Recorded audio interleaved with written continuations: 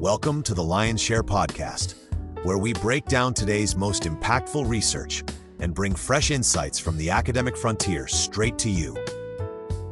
There's this challenge, right, that I think keeps a lot of us in corporate innovation and entrepreneurship awake sometimes. It's the crazy failure rate of new products and services. Seriously, think about it. 72%. 72, yeah. Nearly 3 out of 4 new innovations just don't deliver. Customers don't care. It's a massive waste, isn't it? Tells us something's off in how we often spot opportunities. It really does. So today we're doing a deep dive. We want to explore how the really visionary companies get past just having, good ideas. How do they systematically find and grab onto real business opportunities? We'll look at why ideas alone are often cheap, explore some really powerful frameworks for finding those hidden chances, and figure out what really makes a breakthrough innovation, the kind that carves out new market space. Essentially, the big question we're tackling is, how can organizations like yours systematically find and, importantly, evaluate opportunities that genuinely create value, solve big customer problems, and, lead to actual sustainable success? And it's such a critical question because finding that right opportunity, well, it's tough, really tough. It takes way more than just a clever idea. It needs iteration, lots of feedback, solid research, and often the timing just has to be perfect. Our sources really hammer this home. Chasing an opportunity where there's no real market, no one willing to actually buy, that's just setting yourself up for failure. Right. Think about Motorola's Iridium project. Technically brilliant, right? Yeah. Satellite phones everywhere. Yeah. But the market opportunity at that specific time just wasn't quite there. It struggled. Yeah, I remember that. Big idea, less impact than hoped. Exactly. Now, contrast that with, say, 3M's Post-it notes. Ah, the classic example. Right. Started small. A scientist needed a weak glue for his church hymnal bookmarks, of all things. Not exactly a world-changing vision initially, but it unfolded into this huge business opportunity. And that highlights a really key point from the research. Opportunity recognition isn't always a lightning bolt. It's often an unfolding process. Unfolding, I like that term. Yeah. Think about radio. First conceived for ship-to-shore stuff, or the internet initially just for academic sharing research. Both later found massive, broader commercial potential that wasn't obvious at the start. That dynamic nature, that need for constant reevaluation, adaptation.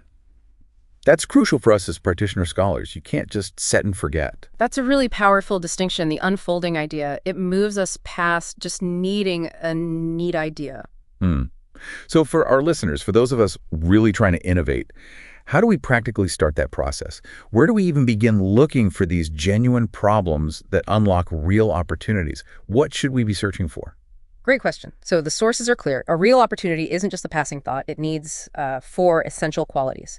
First, it has to be attractive. There needs to be real market demand. People have to want it. Makes sense. Second, it needs to be stable, or at least durable. Suggests it's got longevity beyond just being a fad. Okay. Third, timing. We mentioned it before, but it really does matter. It has to align with market readiness, trends, what's actually possible now. Right. Not too early, not too late. Exactly.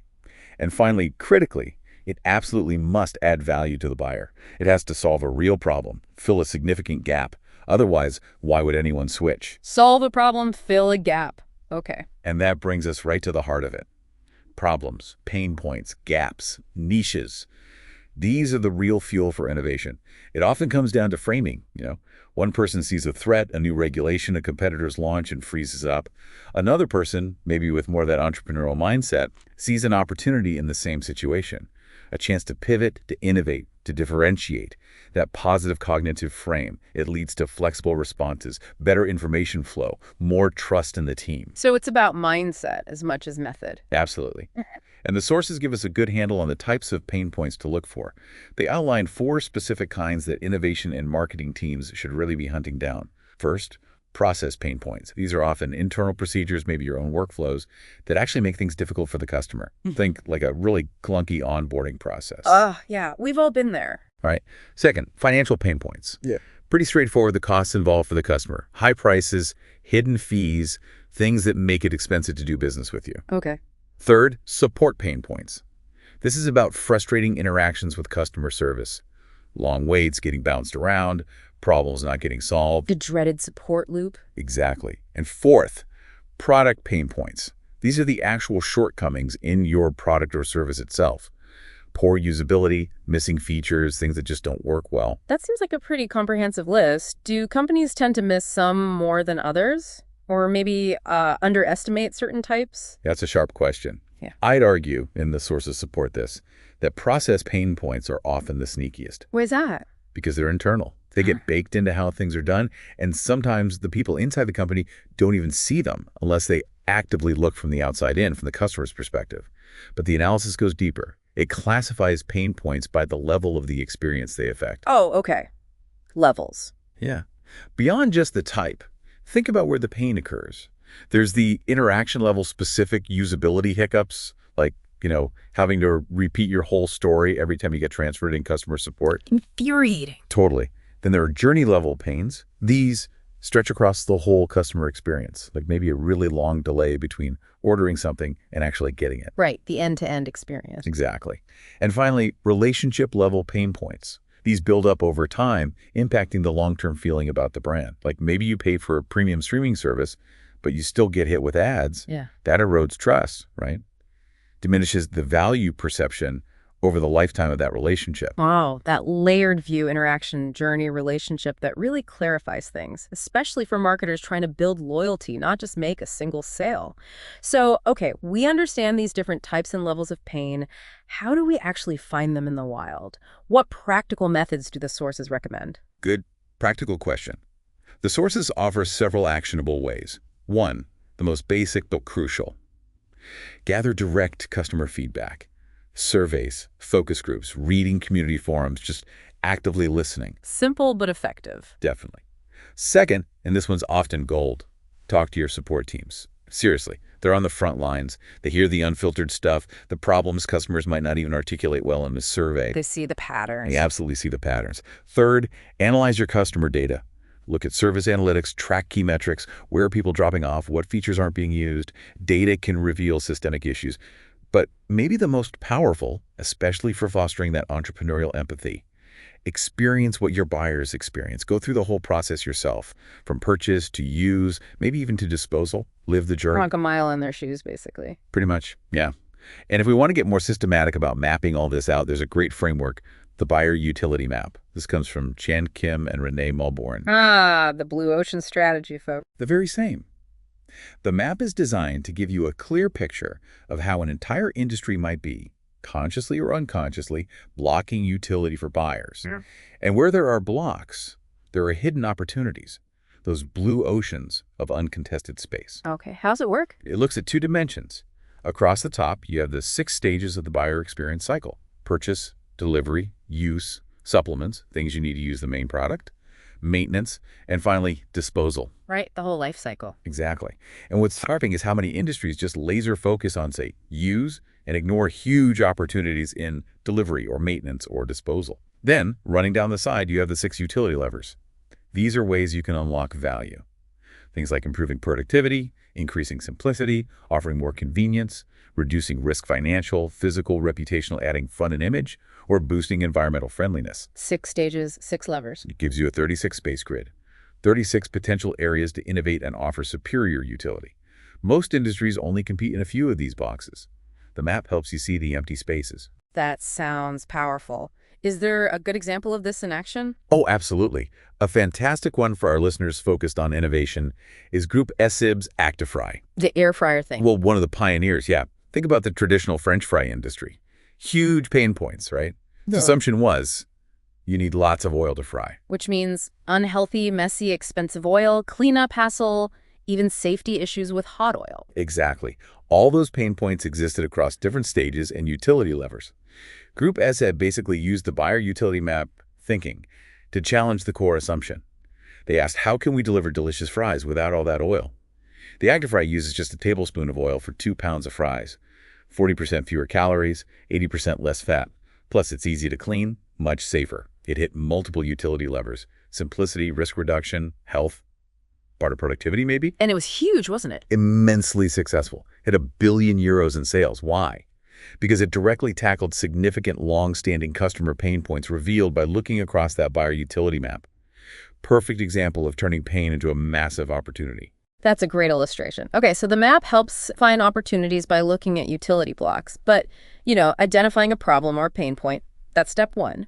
How do we know if it's a problem worth pouring serious resources into solving? Not every frustration is a billion-euro opportunity, right? Absolutely not. And that's where another really useful framework comes in, the for us.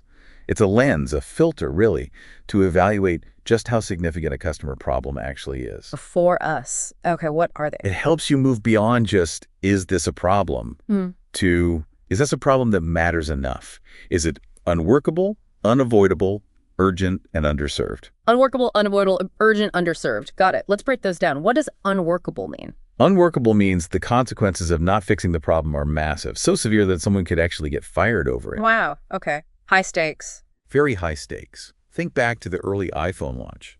Those activation problems, they were causing such chaos and customer anger. It was unworkable. People lost their jobs. For us as practitioner scholars, that signals a problem hitting critical business functions, reputation, the bottom line. Right. What about unavoidable? Unavoidable points to fundamental realities, things you just can't get around in life or business. Taxes are a classic example. Aging, health needs. The huge demand spike for masks and tests during COVID, that was driven by an unavoidable public health crisis. It created entirely new markets almost overnight because the need was inescapable. Okay, makes sense. Then urgent. Urgent means there's a high priority, immediate need right now. It's pressing. Consider the commercial space industry needing space health solutions. Maybe not urgent for you and me today, but absolutely urgent for the people actually going to space soon. Right. Urgency is relative. It is.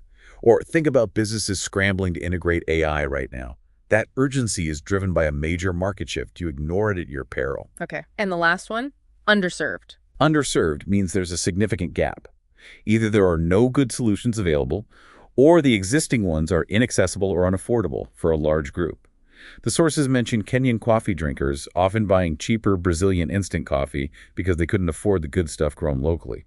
That's a classic underserved market, a clear gap. Unworkable, unavoidable, urgent, underserved. That's a powerful filter. It really helps you focus. And a crucial tip here, don't just ask customers about their priorities. Ask them why they wouldn't buy a potential solution. That often reveals the hidden barriers, the real underserved needs, much better than just asking what they want. That's insightful. Okay, so putting this all together, the pain points, the utility map, the 4US, what does this mean for actual corporate innovation strategy? For marketing? How do these deep dives into problems shape how we build ventures? Well, from a managerial standpoint, from an entrepreneurial view, understanding these problems, these pains, is fundamental. It's how you answer the customer's core question. Why should I buy anything from you? If you can't clearly articulate the specific, significant problem you solve and how your solution delivers real value, you're building on sand. This problem-centric understanding has to drive your innovation strategy.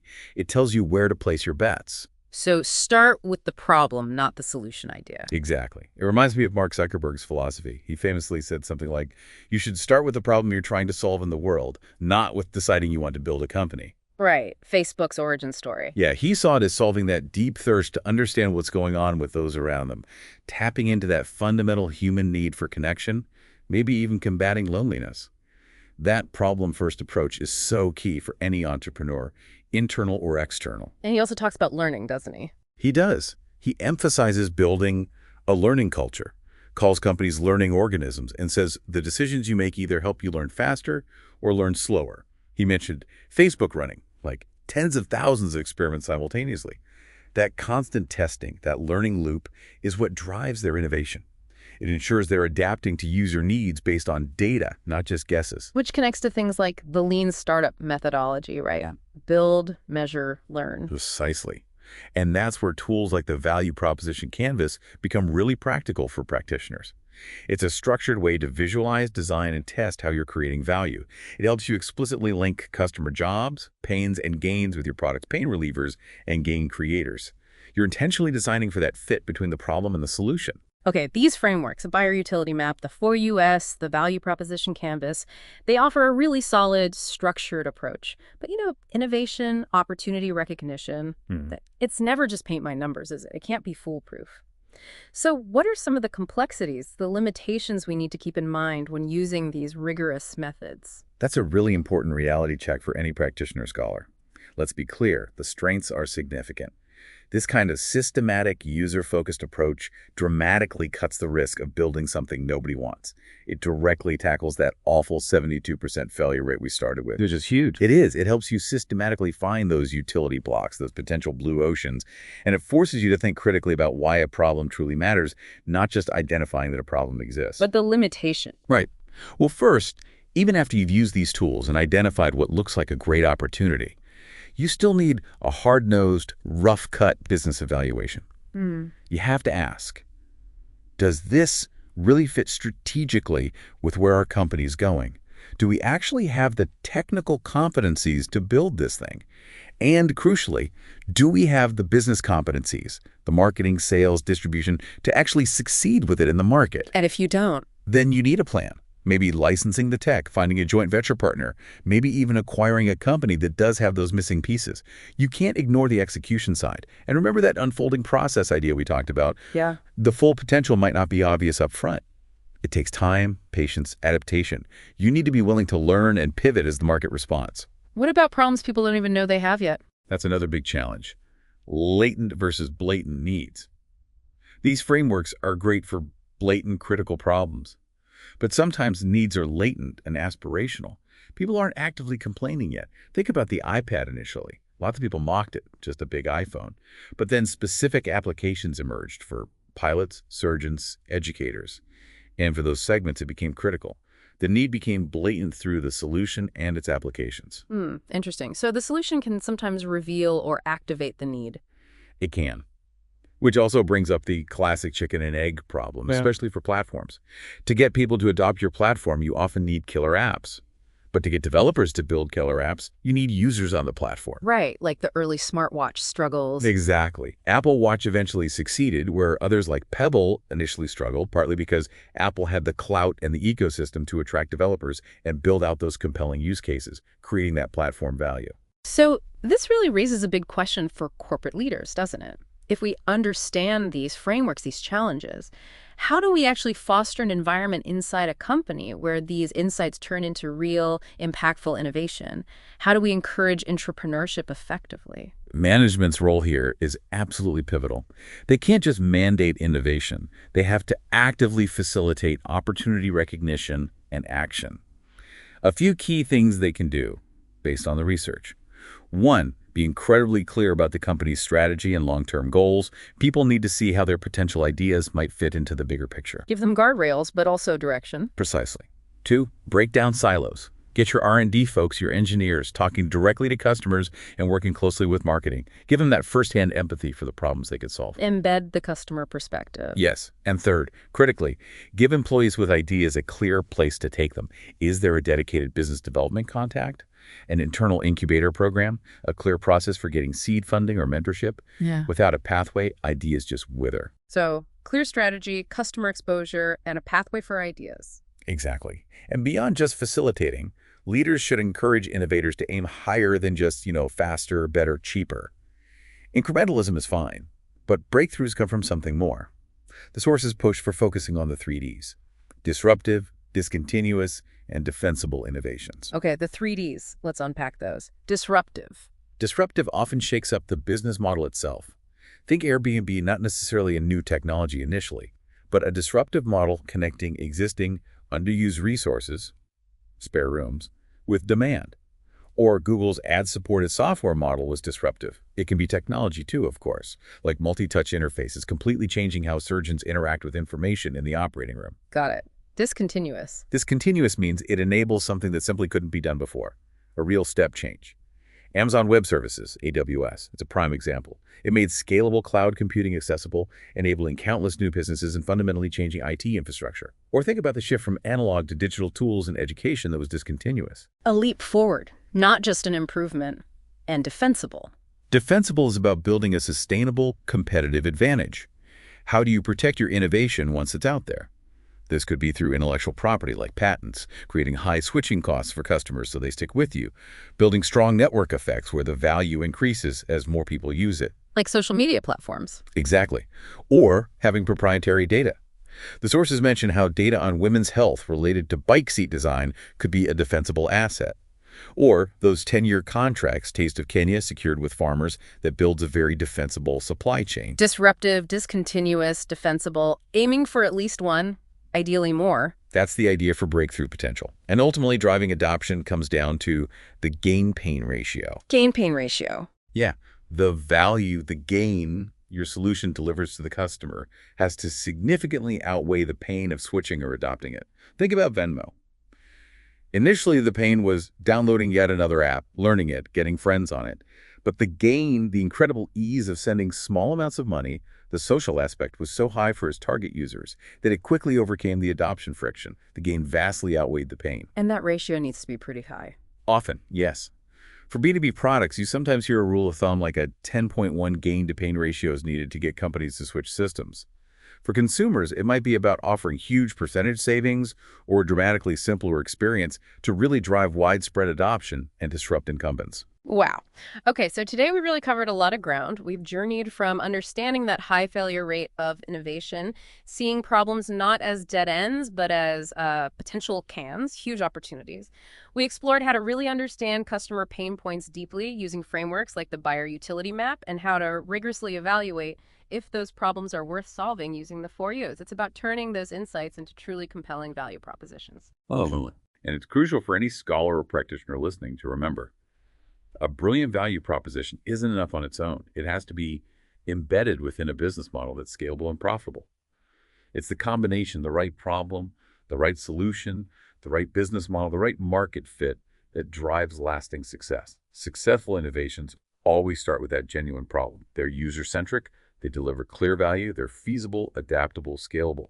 And they need strong marketing, solid support, and ideally, they create that defensible advantage. That learning culture we talked about, constantly testing, always looking for those 3D breakthroughs, disruptive, discontinuous, defensible, that's what defines the organizations that consistently win. You mentioned Mark Zuckerberg quoting Peter Thiel earlier. In a world that's changing so quickly, the biggest risk you can take is not taking any risk. So maybe that's the thought to leave you, our deep divers, with today.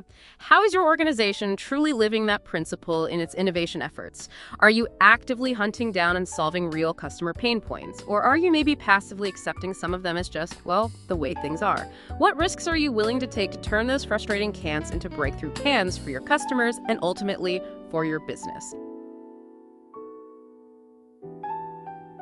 Thanks for tuning into the Lion's Share podcast. If you enjoyed today's discussion, share it with a friend and join us next time for more ideas worth talking about. We'll see you next time.